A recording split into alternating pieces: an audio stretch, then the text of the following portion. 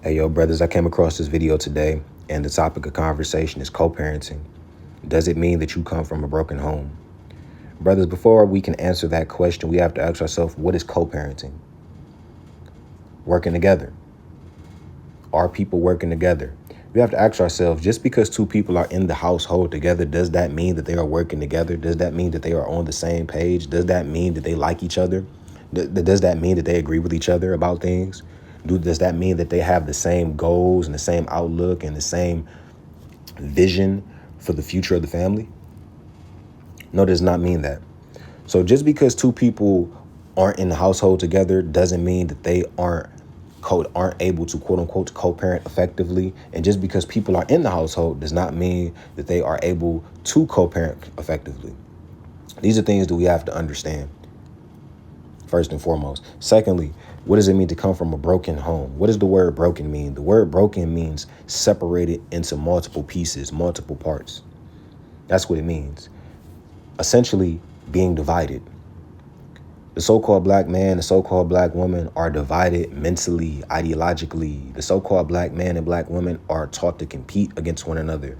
The so-called black woman in this society has been weaponized against her man. The so-called black woman in this society sees herself she sees herself as her own entity. She sees herself as her own group of people. That's how the so-called black woman sees herself, brothers. And that's something we all need to understand. The so-called black woman has alienated herself. Not all of them, but in general, the vast majority of them have between the age of 14 and around 40 years old, 45 years old, because that's what those are the women that are dating for the most part. Between 14 and 45 years old, because around 45 years old, that's when women start going through menopause and start entering that next phase, that phase of menopause or premenopause, typically. And that's when they start hanging up the belt. In general, most of those women have been divided against you. A lot of those women are I would say about 70% of those women are lesbians. That's just my opinion. But being out here and knowing women and speaking to women and talking to women and having various encounters with women in my life, I would say around 70% of these women between the age of 14 and 45 years old are lesbians or bisexual. They do not like men. They have a hatred for men. They have a disdain for men, but they use men to get what they want.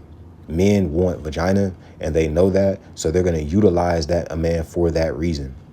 They still have an attraction to men physically, and they know that men are useful. A man is gonna get the snow off your car, take the trash out, pay your bills. They utilize a man for that. But in general, when it comes to their emotional needs, a lot of these women are attracted to each other. A lot of these women are carpet munching at an alarming rate. These are things we have to understand. So what's broken is the minds of the man, the minds of the woman. A lot of these men are growing up, they're being raised by these same set of women I'm talking about that are lesbians. They're being raised by these same set of women that have been weaponized against the black man. So you're being raised by a woman like that. What do you think is going to happen to a lot of these men? Their minds are going to be all messed up and altered. They're going to grow up confused. They're going to grow up lacking order. They're going to grow up lacking an identity to align and attach themselves to. So this is the real issue. The real issue is all starts ideologically. It all starts in the mind. It all starts in the brain. And that all starts where? In knowledge. What is your knowledge foundation? What is the knowledge foundation in the black household? There was a point in time where people used to read the Bible. That used to be the foundation in the black community, whether it was operating according to Christian or whatever belief system that people operated according to. People had a belief system that they operated according to. You're supposed to be home when the street lights come on. We go to church on Sundays. There was a culture that people used to operate according to in the black community at one point in time.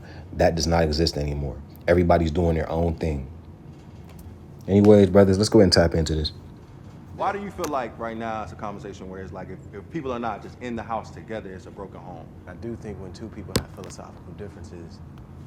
Because the man is not there. If the man is not in the household, it is a broken home. It's not that if two people are not in the household together, it's not a broken home. It's if the man is not in the household together with the woman, it is a broken home, because the woman cannot be the dominant energy in a household all the time. The sun has to shine at some point. The moon cannot outshine the sun. The moon cannot be out all day, all night. It'll be cold, it'll be dark, and it will be gloomy. Some of the worst creatures come out when the moon come out. That's just the reality of it. The household in the black community is very much nocturnal because the woman is the moon. The moon has its own set of beauty, but she is not the sun. She is not supposed to be the dominant. The woman cannot be the dominant energy. The reason why, just like the moon, same thing with the woman. The moon goes through various changes every night. If you look up at the moon, it's different constantly. It's constantly changing and going through different phases. That's the same thing with the woman. The woman's energy, the woman's fluctuations and hormones and emotions is changing constantly because she has a cycle of emotions. She has a menstrual cycle, a period where she bleeds. She has an ovulation period where she's going to be extremely aroused. These are different. This is the reality of it. She's going through various hormones. The woman cramps when she's when she's going through a menstrual cycle. She's cramping. She's moody. She's more susceptible to being irritable. The woman is operating according to estrogen. The word estrogen comes from the word estrus, which means frenzied passion. The word frenzy means insanity. The word passion in etymology means suffering. That's why you have the movie called The Passion of Christ. Because the word passion means suffering, the suffering of Christ. In general, suffering, insanity. That's what estrogen means. What does insanity mean? It means unsoundness of mind. It means extreme, extravagant, irrational. These are things that are consistent with the woman. It does not mean that the woman does not have knowledge ability. It does not mean that the woman does not have thinking capacity. What it means is this is the battle that the woman has to deal with on a hormonal level. She has to overcome her estrogen. Just like the man has to overcome his testicles. The man has to overcome being led by his head. The woman has to overcome being led by her opinions, her vain thoughts, and her constant fluctuation in emotions. The man is supposed to be there to stabilize her emotions. The man is supposed to be the one to dial her in and guide her. That's why the man has a more linear brain. That's why the man has a more simple brain, because the woman has a very complicated brain. It's your job to simplify things, to make things more calm and stable. There is not going to be any true sense of stability in a home, in a household, when there are multiple children in the household and a woman is running everything. No, that's not how that works. The woman needs help. The woman needs a backbone. She needs support. She needs assistance. She needs to be led. She needs to be guided. And if the woman is not being led and not being guided, that is going to be a broken home. That is going to cause issues in the household. And they can't be together. The child uses that to his advantage. So like if you're not in a house. Brother is talking about a child being manipulative. What does the word manipulate mean? The word manipulate means to handle or to control. Children at a very young age, they're very perceptive, and they could pick up on division between two adults. They see the two adults are divided. I'm going to ask mommy one thing, and mommy say no. I'm going to go ask daddy and see what he say. Mommy said no, daddy said yes, then cool. The children are trying to constantly divide you as parents all the time. Therefore, there has to be a united front. Children have to know that adults are on the same page, because when children see that adults are not on the same page, they're going to use that to their advantage. They're going to use that to their benefit. Everything is a psychological battle. Everything is psychological warfare, brothers. Even when you're dealing with your child, you have to constantly show your child that you are in charge. You have to constantly show your child that you have everything under control. That's why the scriptures tell us, if you have children, you bow down thy neck from thy youth. You show them that you are in charge from thy youth. You have to make it very plain upon tables and make it clear to them that you are not, your authority and your leadership is not to be questioned. You cannot give your child a reason to question your leadership or your authority. You can't. They'll lose respect for you. So, brothers, that's why we have to be very on point. Same thing with your woman. You can't give your woman a reason not to follow or give your woman a reason to question your authority or your leadership, your work ethic, your patriarchal presence as a man. You give your woman a reason to question that, she will start to lose respect for you. And this is the real issue, brothers. A lot of brothers are getting into relationships, they're starting families, and they don't understand that as a man, you have to constantly be on point. As a man, you have to have all your I's dotted and all your T's crossed. You have to be essentially God in the flesh, in this type, especially in this type of societal structure, to be in a serious relationship long term and expect it to work.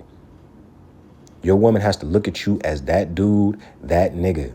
That's the reality. If you don't see yourself as that nigga, that dude, and you are not operating and giving off that energy that you are that dude and that nigga all the time, your woman will start to have a wandering eye. Your woman will start to look other places. She's going to start looking and questioning if you are the man that she should really be with. This is the nature of the woman.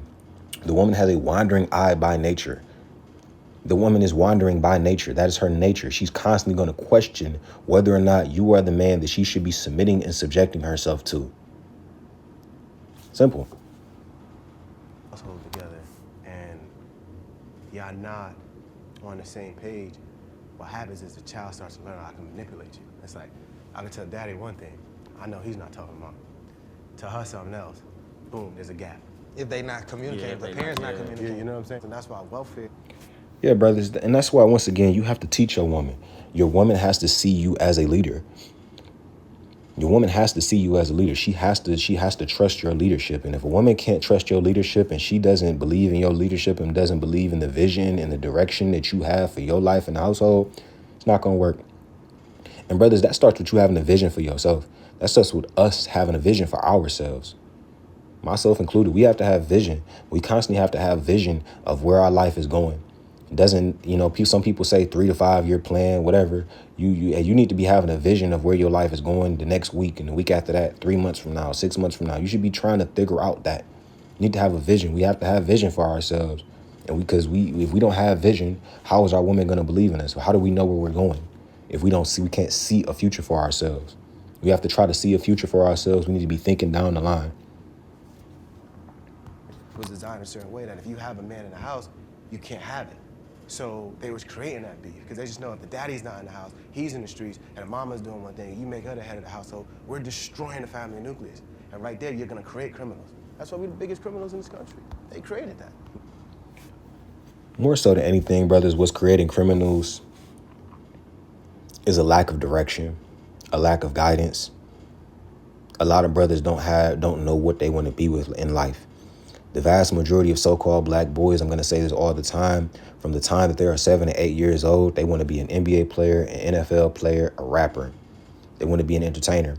And in general, if you want to make it to the league, you want to make it into the music industry, hey, pursue your dreams if you feel as though you are talented in those areas. But in general, what happens is there's only a certain select few number of men that can make it to the NBA. There's only around 400 people in the NBA.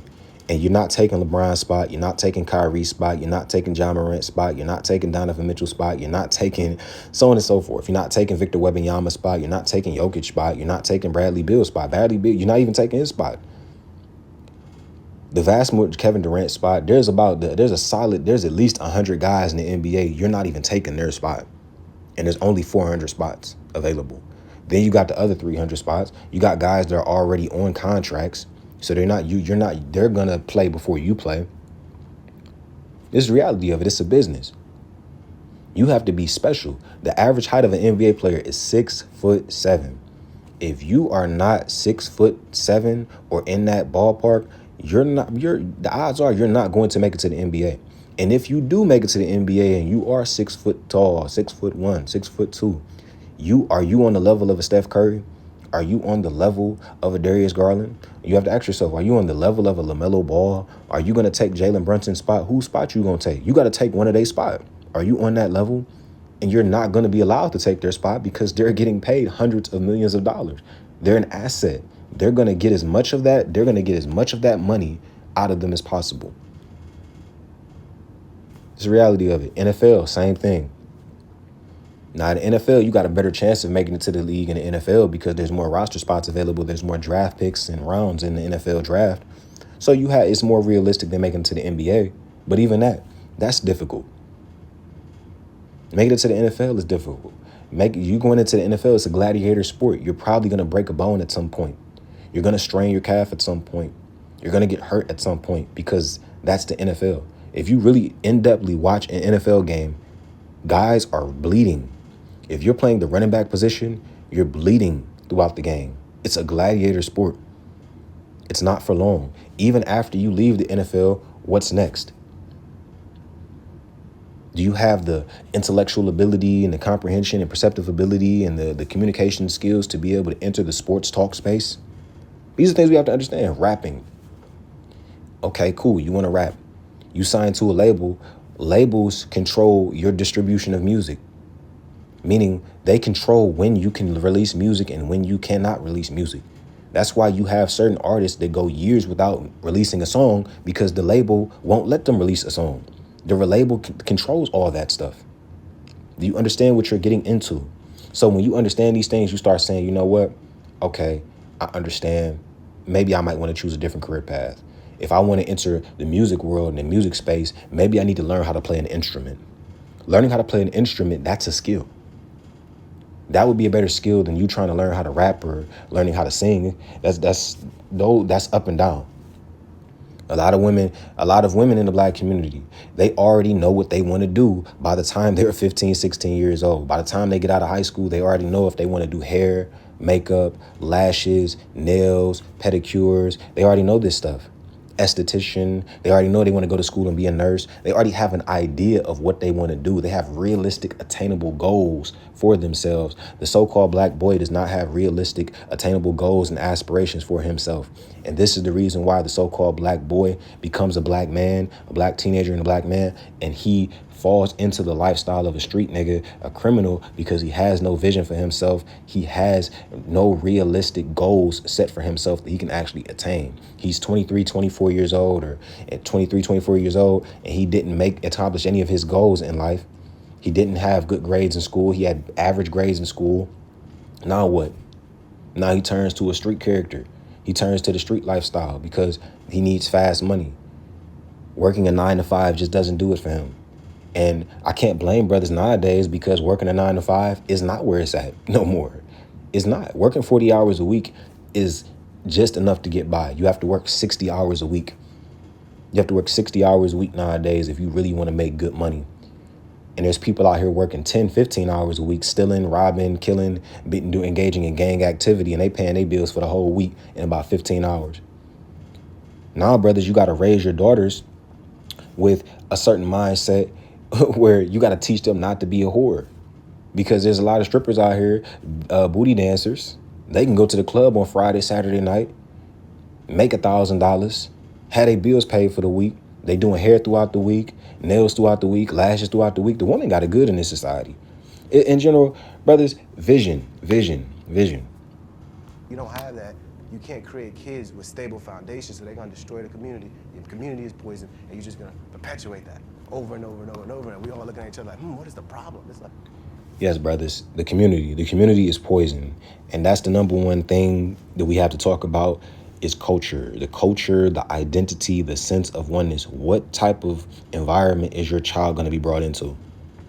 Your child is going to be brought into an environment where no matter what you teach them at home, they still have to overcome all the obstacles that they're facing in the school system and in their toxic, corrosive environment that we call the so-called Black community. And when I talk about the Black community, I'm talking about the so-called Black community. If you live in the Baltimore, Chicago, Detroit, so on and so forth, Philly area, if you live in any of these areas that are ghetto, that are hood, and things of that nature, your child is going to probably take on hood, ghetto, hood rat, hood nigga mannerisms, because that's the environment they're living in. Now, if you live in suburbs of that, then you can work around that. You got to ask yourself, where is a good place for you to start a family? That's what we got to ask ourselves. I'll tell you what the problem is. As long as everyone got the same belief in the spirit, we on the same page. We gotta do this and that. Y'all got the same game plan. I think y'all gonna be fine, because that is a family nucleus. But we don't have that. My mom was thinking one way and my dad was thinking one way. And by the grace of God, it's yes, that's the problem right there. The man and the woman are not on the same page. And really, the problem is the woman is not on the same page as the man, because the woman is able to provide for herself. The woman is able to go to work and make just as much money as the man, if not more money than the man, and the woman doesn't have to depend on the man. Reality of it. That's the problem. The woman thinks that a man's value is only what he can provide financially. And don't get me wrong, brothers, that's a large part of it. That's a very large component of it. Your ability to provide financially. You have to be able to provide financially. Realistically, if you want a woman to listen and guide you, it doesn't mean that you have to make millions of dollars and hundreds of thousands of dollars. It just means that you have to be able to show her that you're able to function on your own with or without her. You can't need her in order for you to pay your bills and pay your rent. If a woman sees that you need her to pay your bills and pay your rent, she's not going to respect you as much. She has to know that you can function on your own. That's what's going to make her look at you as a man, see you as a grown man. That's what it's about. A woman can make more money than you, brothers. I don't care if a woman makes more money than me. You brothers, why would you care about that? If you are able to function on your own and take care of yourself and handle your business as a man on your own, and handle yours, and you don't need a woman to help you pay rent and stuff like that, then it doesn't matter how much a woman makes, because once again, you can take care of yourself. I can cover my own share of rent. I could take care of myself. I could pay my own car notes, so on and so forth. When you can do that, then what a woman makes is irrelevant. Because once again, you as a man bring different set of things to the household. Most women are scared of bugs. At some point, a woman's going to have a hard time opening a jar. At some point, there's going to be something heavy that needs to be lifted. At some point, a woman is going to have a problem that she needs you to solve, so on and so forth. Of us that I know of, and one of us caused them to retire, and that was me. But that was the grace of God. That's not me, though. I can't sit here and be like, yeah, I knew what I was doing. No, I didn't. That was all God, bro, because I was not destined to be here. I know the statistics. Yes, though, brothers, that's going to be the end of that video. In general, brothers, co-parenting, broken home. Once again, the man and the woman are broken mentally, spiritually, ideologically. That's what the real issue is. That's why a lot of these homes are broken. Men and women don't have the same ideological viewpoints on life and society. Men and women don't think the same. The scriptures tell us that blessed is a man that has a wife that is of one mind as him, the same mind as him, meaning they operating on the same page. They agree with one another, meaning she agrees with you. She sees things through your eyes. A lot of these women are overly opinionated. They don't care about what you think. They see themselves as mentally superior to most men. They don't care what a man has to say. They don't care what you have to say, and that's the problem. A lot of women are instead of listening to their man talk and trying to understand their man, they're responding to their man. Brothers, when we read the scriptures, understand something. We're supposed to be filtering our thoughts through the Most High and Christ. The woman is supposed to be filtering her thoughts through you, and the child is supposed to be filtering his or her thoughts through the parents. It's a filtering system. There's a hierarchy. The woman has rejected the hierarchy. Because she has rejected the hierarchy, that has resulted in a manifestation of disorder in the so-called black community. And that's why the so-called black community is on path to destruction. On path to destruction. Truly is. We are at the absolute bottom. We're at the absolute bottom. We don't even understand it. We don't have our own banking system. We don't have our own military. We don't have our own police force. We don't have our own flags. We don't have none of this stuff. We don't know where we come from. You got black people that say we come from Africa. You got one group of black people that say this and that and that and that. Africa is a continent for one. This is a whole different set of issues. But in general, we don't know who we are as a people because we refer to ourselves as black. So until really America goes through an inevitable implosion at some point, we're gonna maintain in this destitute state.